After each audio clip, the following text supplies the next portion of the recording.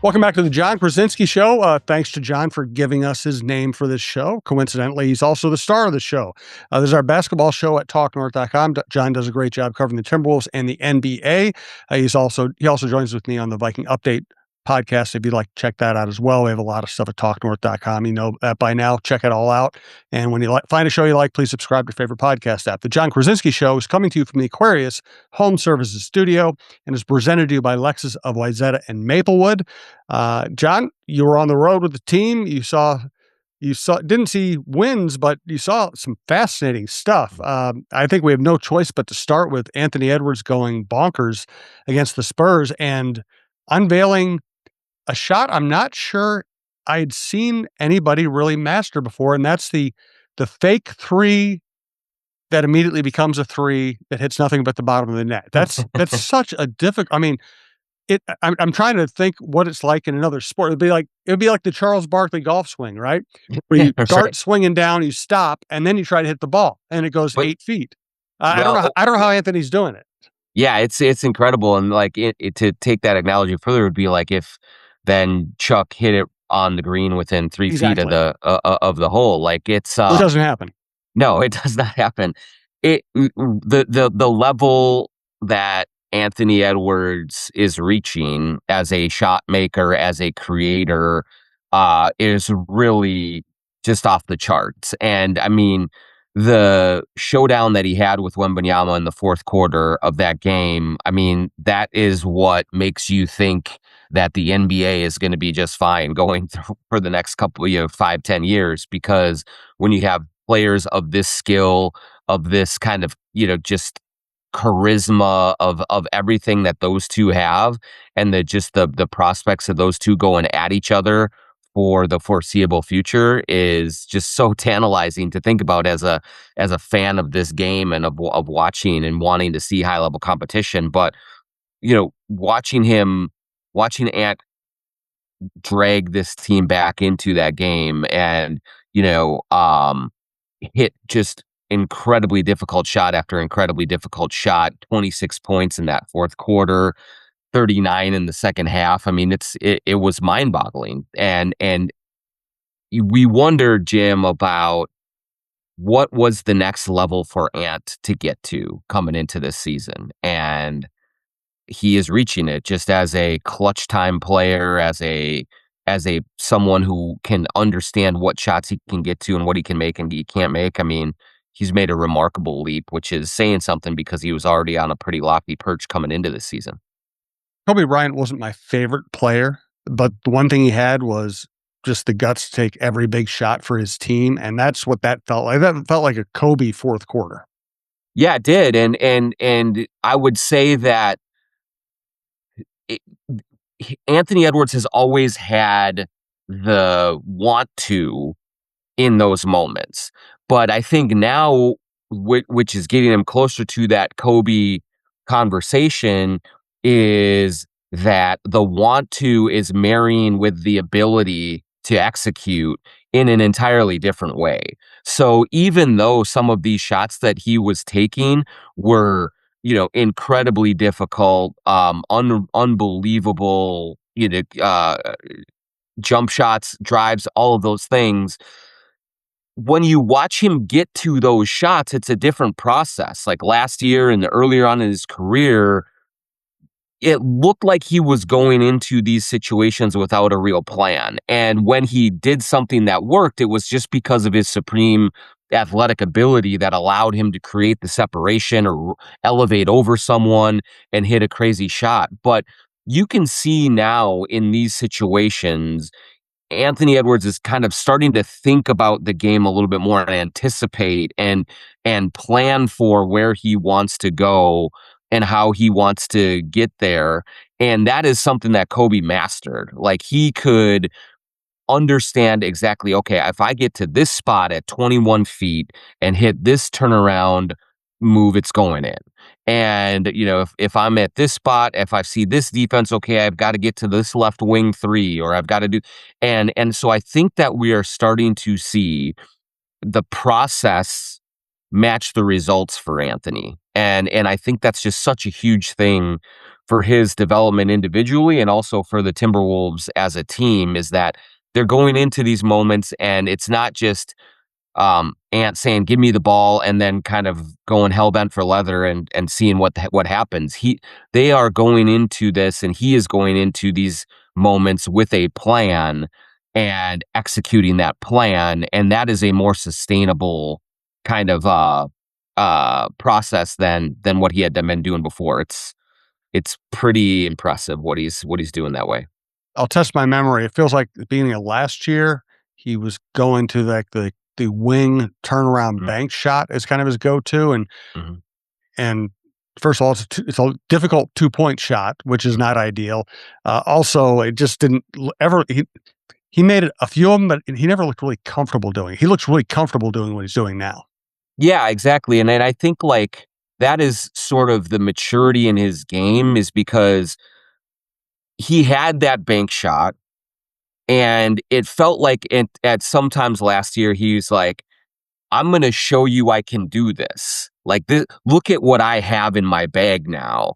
And it in some moments, it was either that or it was that step back 3 that he went to a lot, Yeah. and it was, "I know I can do this, and I wanna show you that I can do this, and I'm gonna flex that way." And sometimes it would work, and a lot of times it wouldn't.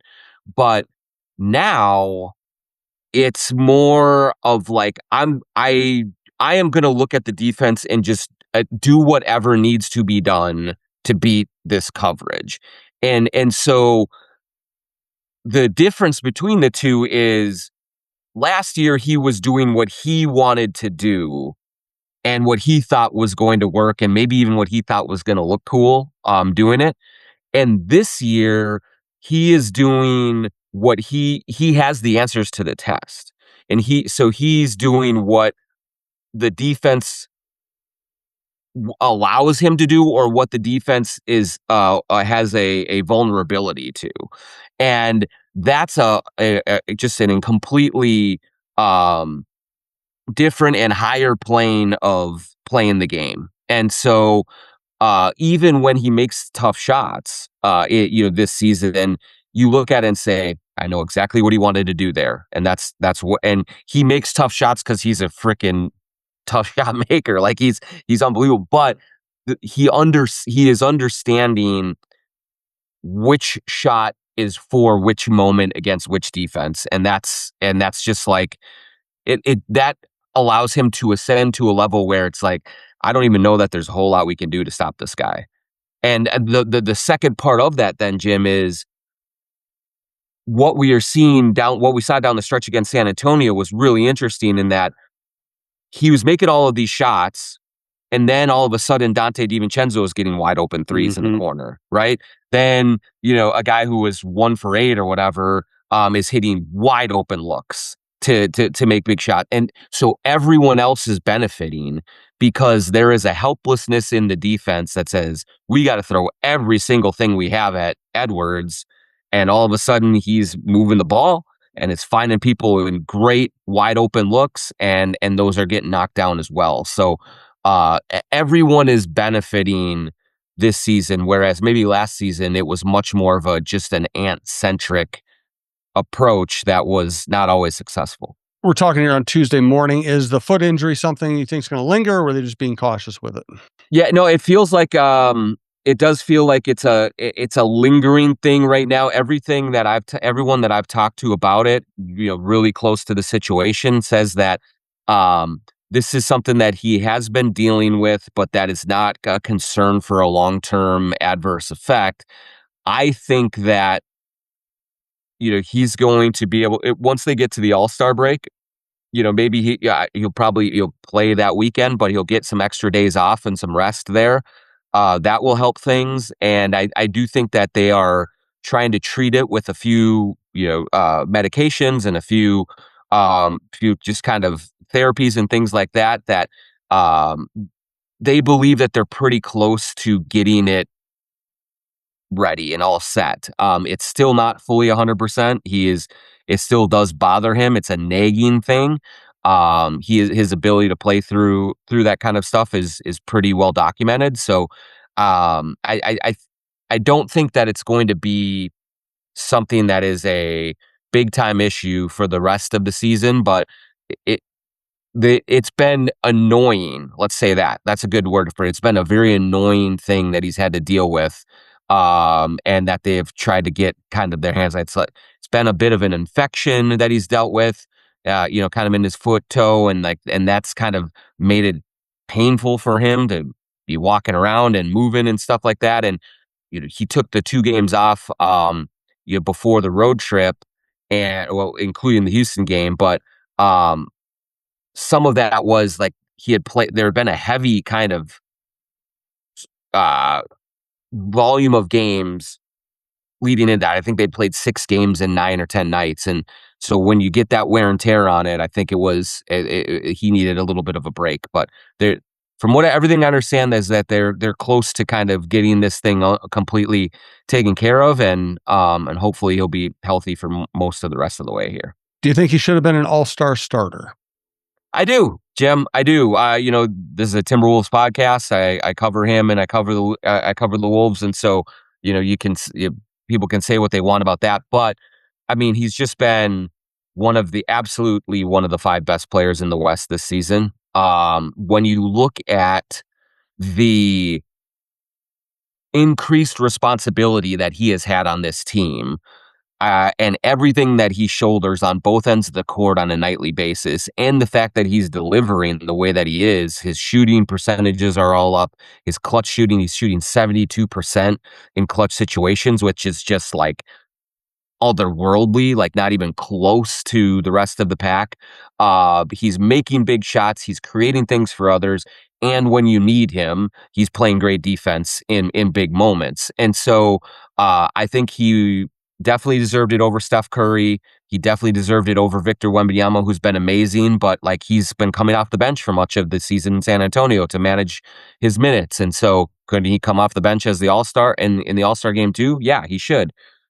So I thought that I was really surprised that Ant did not get a starting nod. He deserved it. It would have been the first time since 2014 that the Wolves have had a starter in the All-Star game. Kevin Love was it that year. But he should have been in there. Then you kind of look at it and you say, well, if you get Steph Curry in the starting lineup, like, is that a crime against humanity? No, Steph has been amazing this year for the Golden State Warriors, and he's been amazing throughout his whole career. So it's not a crime against humanity that Ant isn't there, but he should be a starter. I truly believe that. I think he should be a starter. I also think if you're a Timberwolves fan, you should be happy he didn't make it. Maybe because athletes, as we know from the Michael Jordan Last Dance, Yeah. athletes love having anger and disrespect to fuel them. And if this increases Anthony's desire by 1%, it's a good thing. Yeah, it sure is. I was talking with a Timberwolves person yesterday, just texting a little bit after the announcements and stuff, and it was say, hey, boy, the rest of the league is going to be in trouble this week with Ant, kind of coming off of this disappointment. And I just said, how could we tell the difference after San Antonio on Saturday? Is he going to do more than score 55? And maybe he will. Maybe he will. It's entirely possible. But I think there will be motivation for him. Yes. But I also think that the other thing that I think is I will be interested to hear how Ant responds to being asked about it, because he hasn't exactly been the most enthusiastic participant in the All-Star weekend, and I don't blame him for it. It's just like, but it's, of all of the players out there, he's certainly on the side of, this is just a fun thing. We're just kind of here hanging out. I don't take this too seriously. And so it is that important to him? Maybe it is, maybe it isn't. Maybe just the status of getting that starting nod would be really important, and he will use it as real motivation. Or maybe, he'll look at it as, hey, it means, I'm not a starter. That means I have to do even less at All-Star weekend, and that's not a bad thing either. Yeah. Good stuff on Ant. Let us talk about Baron J, the next new favorite Timberwolf. First, though, Want to thank Aquarius Home Services. We are coming to you from the Aquarius Home Services studio. Scott for Aquarius Home Services. The new year's here. While you're promising to hit the gym, drink more water, and limit screen time, your home has its own resolutions, like tackling the broken water heater, leaky faucets, and sketchy wiring. Don't let your year start with repair chaos. Have Aquarius do the fix in 2026 and get $98 off any repair. Schedule today at AquariusHomeservices.com. Aquarius, earning the right to be recommended. And now here's Jon to tell us more about Lexus of Wayzata and Maplewood. If you're in the market for a new luxury vehicle, look no further than our good friend Charlie Swanson at Lexus. Whether you're on the west or the east side of the Twin Cities, they've got you covered with two great locations, Lexus of Wayzata and Lexus of Maplewood. Check out the all-new Lexus TX, a spacious SUV with 3 rows of seating and plenty of room for all your gear. Head over to lexusofwayzata.com or lexusofmaplewood.com for details and to find your next ride today. I want to thank longtime sponsor, really first major sponsor on this podcast, helped us get it off the ground back when we were just trying to figure out how to put this thing together. TSR Injury Law. They've been with us the whole way. If you are injured, you want them by your side. 612 TSR time, 612 TSR time.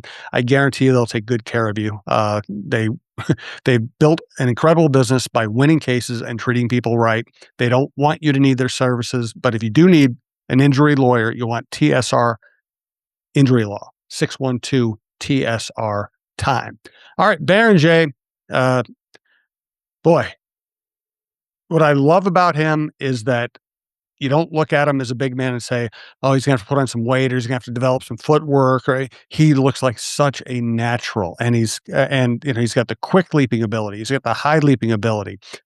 He has a certain calm to him as a young player. He has awareness. I just feel like this kid's going to be great.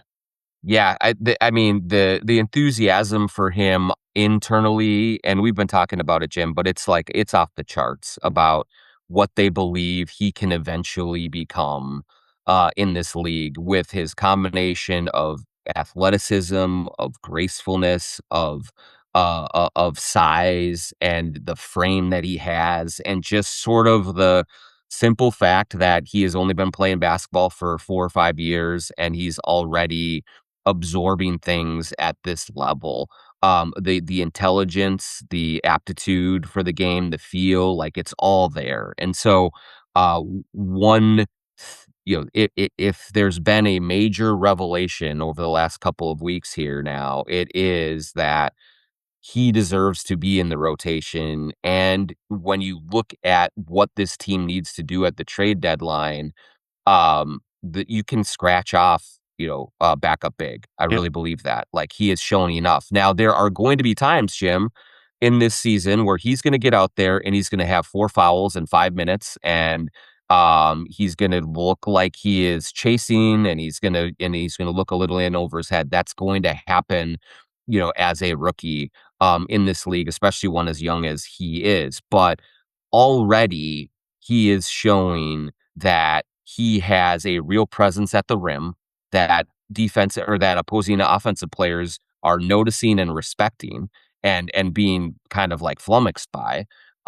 He already is catching passes in traffic and dunking with authority and giving that group when he's on the floor, it does not fall off offensively between him and Rudy. Rudy does things differently offensively to help you, but Beringer is a weapon that his teammates are already trusting. And so you're already seeing now Chris Finch make some real adjustments to his rotation to accommodate him. And we've already seen him play Naz Reid at the 3 a lot more, just to try and get Beringer 12 minutes a game or something like that. And I think that's the right play right now with the way that the team's constructed, with their strengths and their weaknesses. But it took a little bit for Chris Finch to really just give Johan Beringer a real chance. And to Beringer's credit, he has answered that call and played incredibly well. And so he's essentially forced Finch's hands to find another way to keep him on, even when Rudy and Nas and Julius are all healthy and playing big minutes. So it's been a really, really encouraging development for the Timberwolves that it looks like Beringer, at least right now, is ready for 10, 15 minutes a night. And if you need him for 20 or 25, I think that you could get by with that right now. That's just how comfortable he looks out there. Is there anything else we should say about Beringer before we turn to the rest of the bench? Yeah, I just want to say, like, I don't think that there is a way to discount or to underestimate the ability that he brings from a smoothness level on offense. And I think they're only scratching the surface of like how they can use him in that way. You're starting to see more and more that guys are going to throw lobs to him in tight situations and expect him to go up and get it. The ability for Ant or Jaden or anyone to just drive into the lane and then give him a little pass in traffic to handle and then go up with is there as well. I thought that one of the most impressive plays that he made against San Antonio was at the very end of the game. He got the ball, on the baseline late in the shot clock and went up right against Wembanyama. Now, it was called a block. It was a foul. It actually turned into a huge no call because the Spurs made a three on the other end, and that was enough for them to survive. But just seeing that Beringer has that confidence in himself to say, "Here's Victor Wembanyama right in front of me. I'm just going to go up with it, and I'm going to create contact and see what I can do." He made the right play there, and so I just think like for someone as young as he is to already have that sort of feel for the game and that understanding and quick decision making, I just think it's a huge thing that they're going to be able to take advantage of as he gets more time out there the rest of the season and certainly in the years to come. Yeah, no doubt. How old is he? He's 19 years old. I thought he was Just 19. turned 19 in Good November. Lord. That's It's crazy. ridiculous. Wow. Yeah. Yeah, he's pretty stunning. The rest of the bench, when do you expect Shannon back? And who's arrow up and who's arrow down at this point? Yeah, it's so Shannon, we still don't know exactly when he's going to come back. He has been at the games, walking around, no boot or anything like that. And so I imagine that fairly soon here he will start trying to ramp up workouts and just test that foot and see how it feels. But I think it feels very vague right now, and I'm quite, frankly, just I'm a little bit concerned or wondering about, is this going to be a longer term thing through much of this year? Is that foot not getting to a place where he's going to be able to make an impact? I haven't been told that at all. It's just that it's just lingered as long as it has, and that he started with it and then he tried to play and then it flared up and now he's been back on the sideline for a little while. And so I'm just a little bit concerned about how that goes. Jalen Clark's minutes are increasing, and I think that has been really important for the Wolves in two ways. Number one is he's their best perimeter defender besides Jaden McDaniels, and so having him out there is important. But we are starting to see him make better decisions offensively as well. When to drive, when to kind of pump fake on a closeout and get there. He can knock down a three here and there, and so he's giving at least a little bit offensively to merit him getting time on the court, so he's not just a one-dimensional player. So that's been nice. Bones Highland has been up and down. He played, he's had some great games, and then he's had some games where just not shooting well at all, and turn the ball over and things like that. So he's been a little more mercurial lately. And Mike Conley is in a rough stretch right now. He's not playing, he's not being incredibly impactful. There's been a couple of games where he's on the floor and the Wolves will be in the on the right side of the plus minus ledger in his minutes. But when he faces teams like San Antonio, even teams like Houston that are bigger, stronger, more athletic, those are tough matchups for him. And so, Chris Finch keeps going to him because he trusts him, but also because I don't think he feels like he has a whole lot of many other options. And that's why I thought it was interesting in Houston, Jim, when down the stretch, he had Dante and Jaden kind of running a lot of the initiating the offense, and when Anthony Edwards was not playing, and didn't have Mike kind of in that spot because of just the way that it was working out physically. So they definitely have some big questions to answer from a bench standpoint in terms of finding another reliable guard or wing to plug in there, whether it's going to be Shannon, or whether they have to go out and get someone else. I just think that is Berenger's helped them solve the big man off the bench situation, but they still need another guard, even as like sort of Bones Highland insurance. Like when Bones is rolling, it's great. Like just keep him out there and let him run with it. But like if it's a game where he's struggling, they don't have a whole lot of other outs because if Naz Reid's not scoring 20, their bench scoring can be a little bit precarious in those situations. Let's get to what deals might be possible and let's rule out the kind of deals that aren't possible too. It's kind of a public service in the internet age. We got to tell you what not to believe. First, though, we want to hear more about Chew Vision Institute. Chew Vision Institute in Bloomington. Go to chewvision.com to set up your consultation, and you can go in there and they will get you squared away. And it's a very easy, streamlined process where you go in for your consultation. They run you through a very thorough examination. They ask you what you want out of your vision correction, what you're looking for, and they do the things that they can to accommodate that. They bring you all the research, all the background that you need to make the right decision for you. And then when you go through the whole process with Chew Vision, you are going to be just astounded by how easy it is, by how caring and warm they are. And when you get on the other side of things, like I did with LASIK surgery with Dr. Chew and Chew Vision, you're just going to be feeling great about the decision you made because it's just going to be, just a so much more streamlined, a so much more easier life after LASIK surgery. So go to chewvision.com, set up your consultation, and see the good folks at Chew Vision in Bloomington and tell them the Jon Krawczynski Show sent you. Tell us about your favorite liquor store now. That's right. We got Princeton's Liquors in Maple Grove. They've been with us for years now. And what I like most about Princeton's Liquors, obviously, you go in there, they have great bourbon, they have great craft beer, they have an unbelievable selection of anything that you could want in the wine and spirits and beer ilk. And then they also have THC seltzers and gummies if you're looking for that. But the second thing that I love about Princeton's Liquors in Maple Grove is that they are a basketball supporting family in this community. Bill Princeton was an intern with the Timberwolves and Lynx. He wore the Crunch costume back around the turn of the century.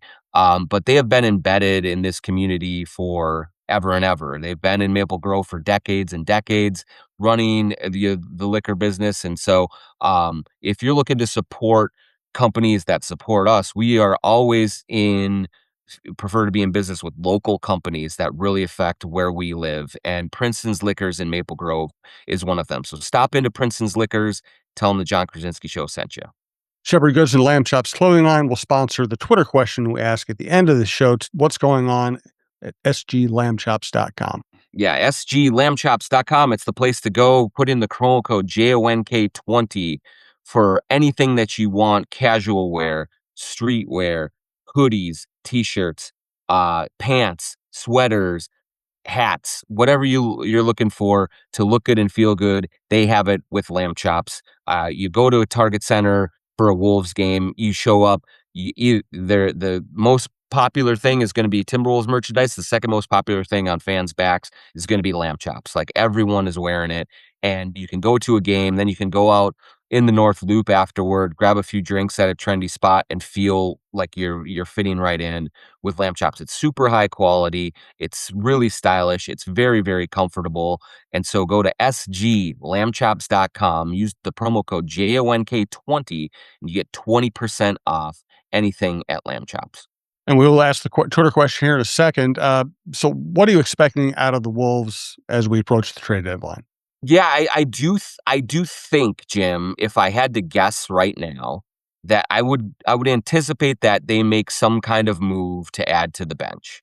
I don't think it's gonna be a Ja Morant, LaMelo Ball, that type of major overhaul type of a move. I just think that where they are with how well they've been playing lately, with their second apron status, with everything that they have going on, I just would be very shocked with a major kind of 3 for 1 type of a situation, or where it really changes the face of this team. The guys right now inside the locker room are playing with a ton of confidence, and they believe in each other. Even after losing to Houston and San Antonio, they really do believe that they're in a good spot. The spirit and the energy is high, and so that leads me to believe that they are not going to go out and trade for a starting point guard. They're not going to go out and trade for some other kind of major minutes contributor.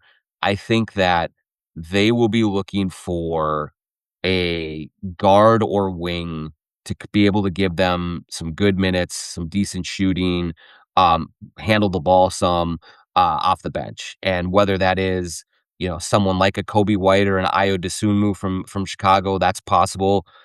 Is Benedict Mathurin from Indiana. Maybe that's a name that you look at as a kind of a scorer that could come in off the bench and give you something. There's a bunch of guys out there that kind of fit that mold that would not be overly expensive to trade for. And so but it does feel like, with where this team is at, with how they have been playing since Thanksgiving, with where the rest of the West is, that there's a belief that they just need some tweaking rather than a major move to make something happen. But again, if we're on February 5th and the trade deadline comes and goes and they haven't made a deal, I would be surprised with that, Jim. I think there's a good chance of something happening.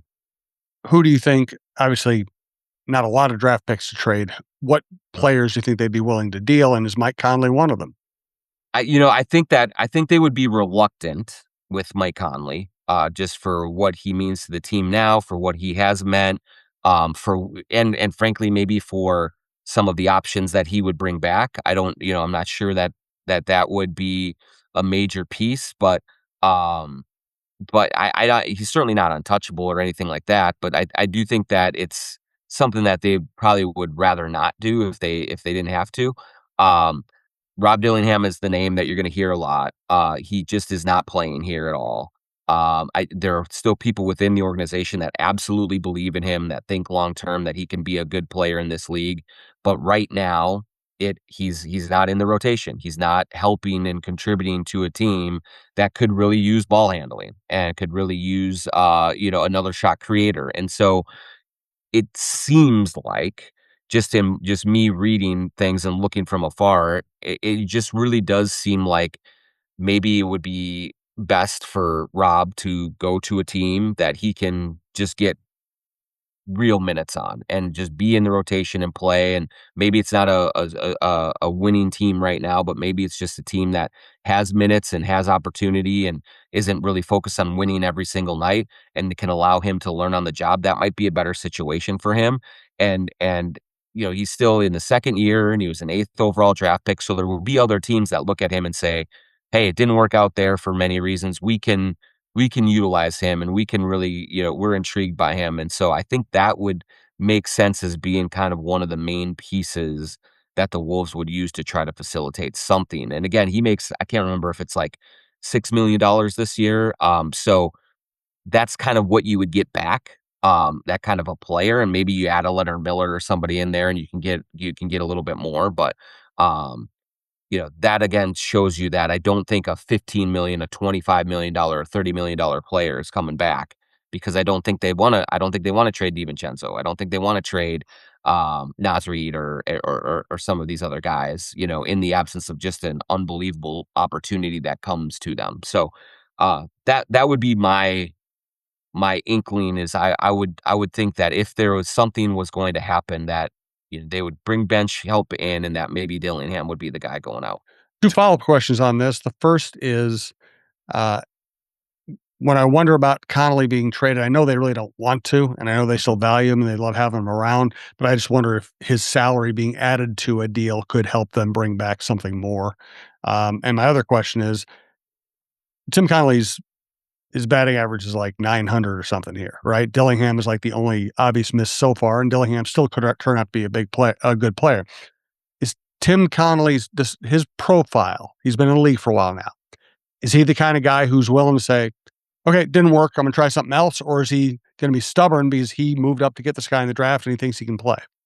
Yeah, so first on Conley, you're right. Like, that's a $10 million salary that would really just kind of help facilitate any deals. If you're looking for a player that is making 12, $15 million a year, you put Conley and Dillingham together, something like that, and that really makes it easier.